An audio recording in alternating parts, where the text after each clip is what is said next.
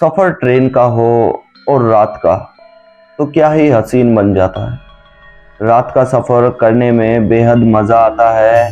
साथ ही रात का सफ़र लोगों को बेहद ज़्यादा पसंद होता है। ट्रेन का ये रात का सफ़र इतना ज़्यादा हसीन बन जाता है कि इस पल को लोग भुलाए भी नहीं भूल पाते। लेकिन यही सफ़र अगर आखिरी सफ़र बन जाए तो कैसा हो।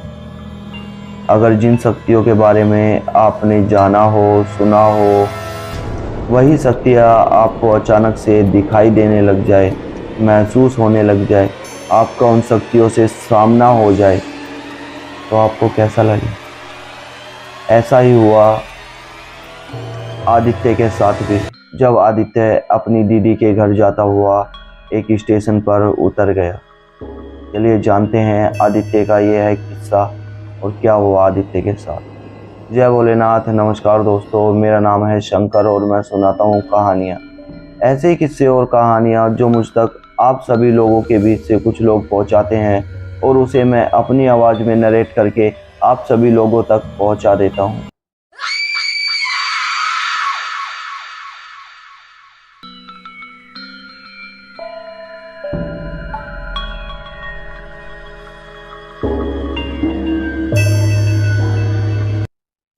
यह किस्सा शुरू होता है आदित्य के घर से। आदित्य आज अपनी बहन से मिलने के लिए अपनी बहन के घर जा रहा है, जहां उसे वाराणसी स्टेशन तक जाना है। नई दिल्ली से आदित्य ट्रेन पकड़ता है। आदित्य का सफ़र रात का है और रात का सफ़र आदित्य को बेहद ज़्यादा पसंद था। आदित्य कभी भी अपनी बहन के घर पे गया है तो उसने रात का सफ़र ही चुना है। आदित्य को बस से जाना पसंद नहीं है, जिसके चलते आदित्य हमेशा ही ट्रेन से सफ़र करता है। आदित्य इस बार अपनी बहन के घर जाने के लिए काफ़ी ज़्यादा एक्साइटेड है, क्योंकि अपनी बहन के घर वो इसलिए जाना चाहता है क्योंकि अब आदित्य मामा बनने वाला था और उनकी बहन को मदद की ज़रूरत थी, जिसके चलते आदित्य अपनी बहन की मदद के लिए अपनी बहन के पास जाता है। नई दिल्ली से आदित्य का ये सफ़र शुरू होता है। नई दिल्ली रेलवे स्टेशन पर काफ़ी भीड़ भाड़ का एरिया होता है, जिसके चलते आदित्य समय से पहले ही अपनी रेलवे स्टेशन पर पहुंच जाता है। आदित्य स्टेशन पर पहुंच के अपनी सीट ढूंढ के वहां पर आराम से बैठ जाता है। आदित्य को ये पता था कि सफ़र बेहद ज़्यादा लंबा है और उसे थकान भी काफ़ी ज़्यादा होने वाली है, जिसके चलते आदित्य अपनी नींद पूरी करने की कोशिश करता है, क्योंकि आदित्य की मम्मी ने आदित्य को समय से पहले ही उठा दिया था। क्योंकि आदित्य की मम्मी अपनी बेटी के घर कुछ ऐसे ऐसे सामान पहुंचाना चाहती थी, जिसके चलते उसे अपनी डिलीवरी के समय किसी भी परेशानी का सामना ना करना पड़े। आदित्य बेहद खुश था, लेकिन किसे पता था आदित्य की यही खुशी अब दुख में बदलने वाली है। आदित्य अपना आधा सफ़र तय कर चुका होता है और आदित्य की बहन का फ़ोन आता है। आदित्य की बहन आदित्य से पूछती है कि तुम कहाँ तक पहुँच गए हो। आदित्य अपनी बहन को बताता है कि अभी तो आधा रास्ता ही तय हुआ है, अभी मैं वाराणसी से काफ़ी ज़्यादा दूर हूँ। आदित्य की बहन आदित्य को कहती है कि जब तुम स्टेशन के आसपास हो तो मुझे कॉल कर देना, मैं तुम्हारे जीजा को लेने के लिए भेज दूंगी स्टेशन पर।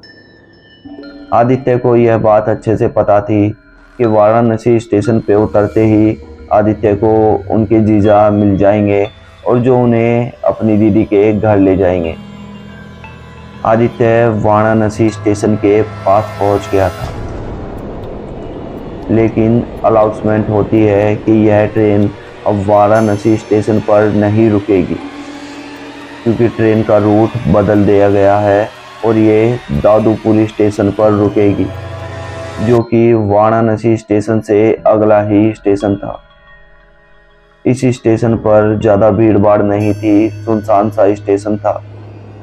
आदित्य अपना फ़ोन निकालता है और अपनी दीदी को फ़ोन करके बताता है कि वाराणसी स्टेशन पर ट्रेन नहीं रुक रही, जिसके चलते यह ट्रेन दादूपुर जाकर रुकेगी।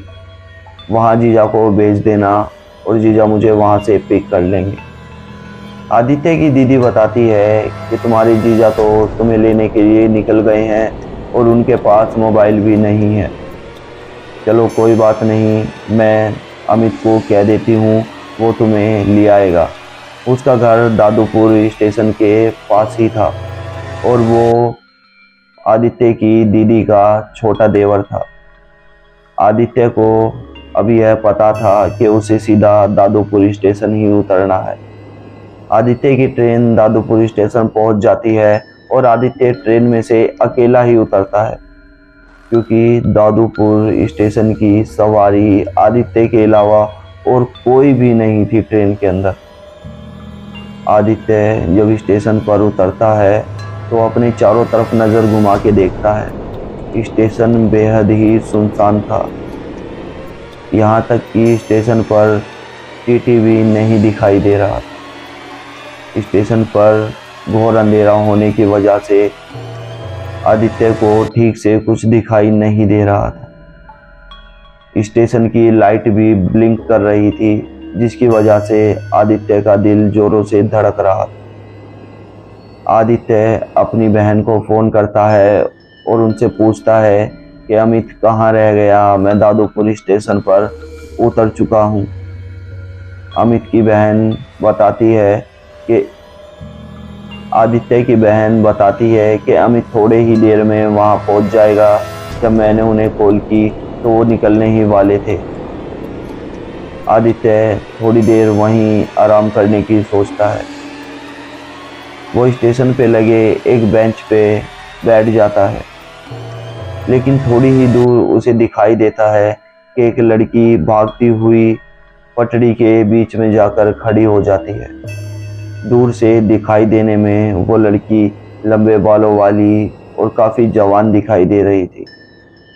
अमित स्टेशन से खड़ा होकर ही आवाज़ लगाता है कि क्या कर रही हो तुम, स्टेशन से हट जाओ। थोड़ी ही देर में यहाँ से ट्रेन गुजर जाएगी, जिसकी वजह से तुम्हें हानि भी पहुँच सकती है। लेकिन आदित्य को ये पता था कि उसकी आवाज़ उस लड़की तक पहुँच तो रही है, लेकिन वो लड़की इसकी आवाज़ को अनसुना कर रही है।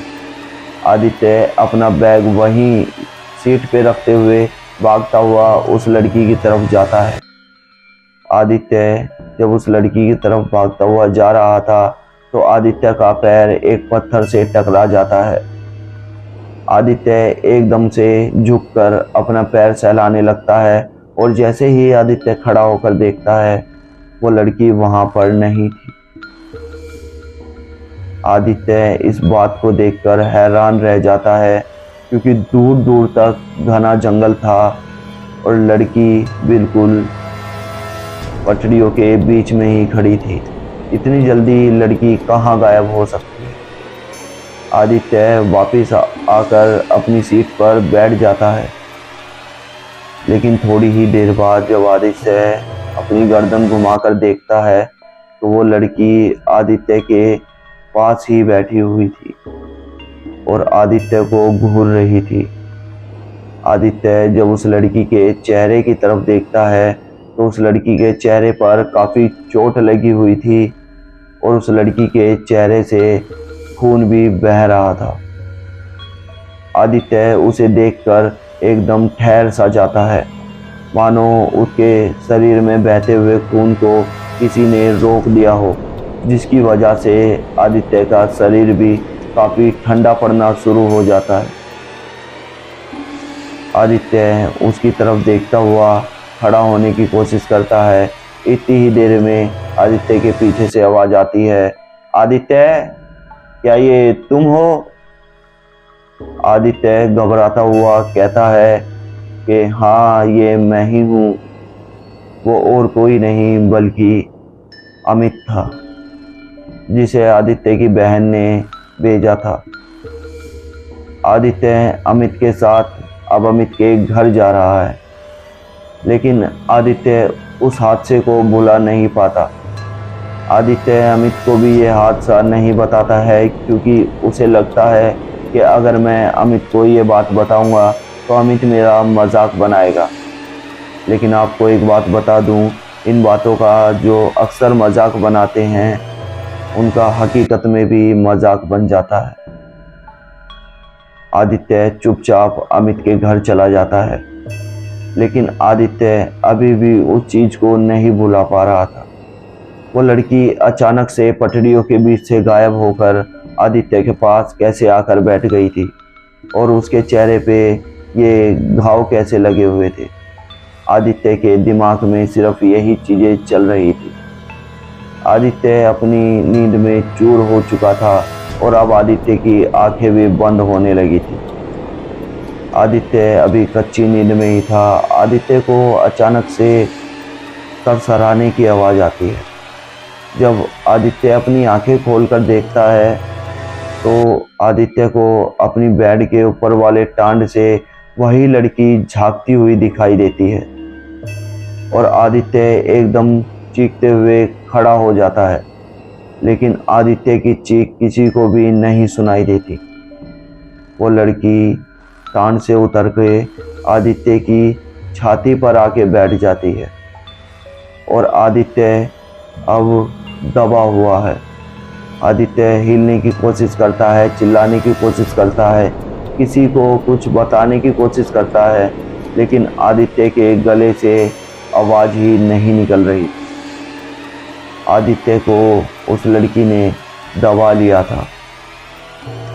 आदित्य के साथ पूरी रात ऐसी ही क्रियाएं चलती रहती है। कभी आदित्य को बेड के नीचे से सरसराने की आवाज़ आती है, कभी आदित्य को उसी टांड से दिखाई देती है, कभी आदित्य के दरवाजे के पीछे और कभी आदित्य के बेड के बिल्कुल साथ में खड़ी हुई दिखाई देती है वो लड़की। सुबह होते ही आदित्य ये बात अमित को बता देता है, लेकिन अमित को जब आदित्य ये बात बताता है तो अमित आदित्य की इस बात पे हंसने लगता है और आदित्य से कहता है कि ये तुम क्या बात कर रहे हो, अभी भी बच्चे हो क्या, या तुम्हें किसी ने ट्रेन में कोई कहानी सुनाई है जिसकी बात तुम अब मुझसे कर रहे हो, या तुम मुझे डराने की कोशिश कर रहे हो। आदित्य अमित से कहता है कि मैं तुम्हें डरा नहीं रहा हूँ, मैं सच बता रहा हूँ। मुझे स्टेशन पर वो लड़की दिखाई दी थी और घर आने के बाद भी जिस कमरे में मैं सो रहा था उस कमरे में वो पूरी रात मुझे दिखाई दे रही थी। अमित आदित्य से कहता है कि चलो रहने दो, कोई बात नहीं, चलो तुम्हारी दीदी के घर चलते हैं।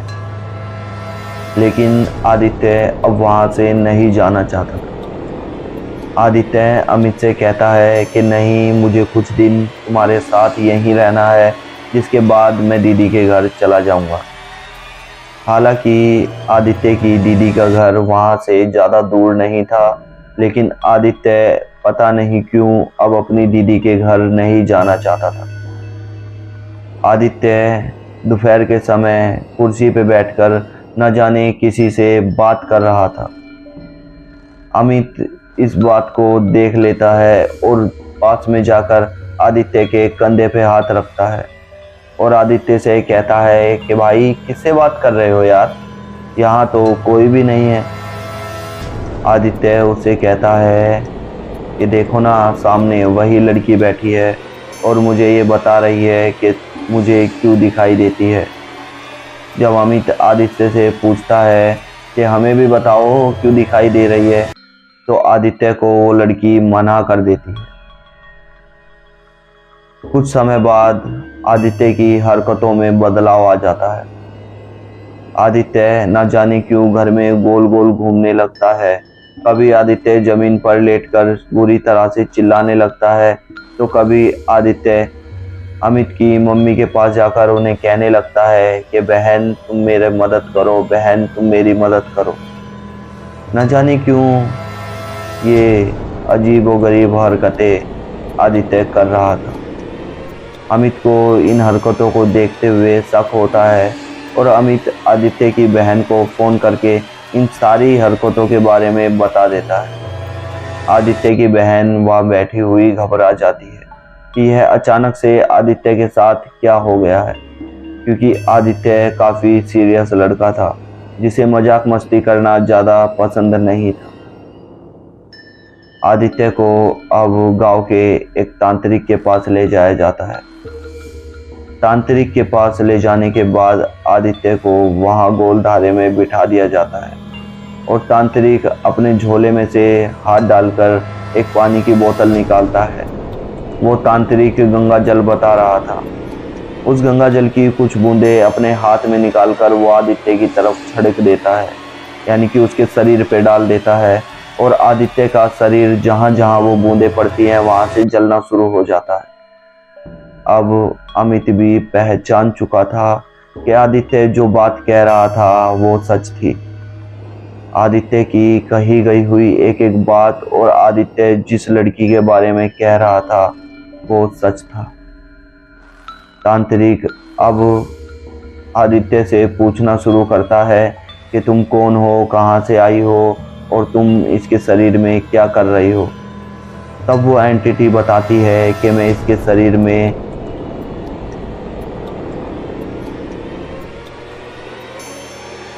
दादूपुर स्टेशन से आई हूँ। दादूपुर स्टेशन पर ही मैं रहती हूँ।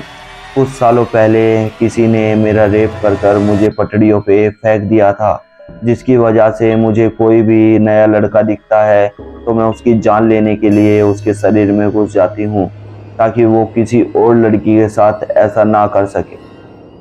तांत्रिक थोड़ा और गंगा जल आदित्य पे छिड़कते हुए कहता है कि हर कोई एक बराबर नहीं होता। ये तुम हर किसी की जान ले लेती हो, क्या पता कोई ऐसा भी हो जो कि लड़कियों को ऐसी नज़र से देखता ही ना हो। शायद उस लड़की को ये बातें समझ आ जाती है और तांत्रिक की बात सुनकर वो आदित्य का शरीर छोड़ देती है।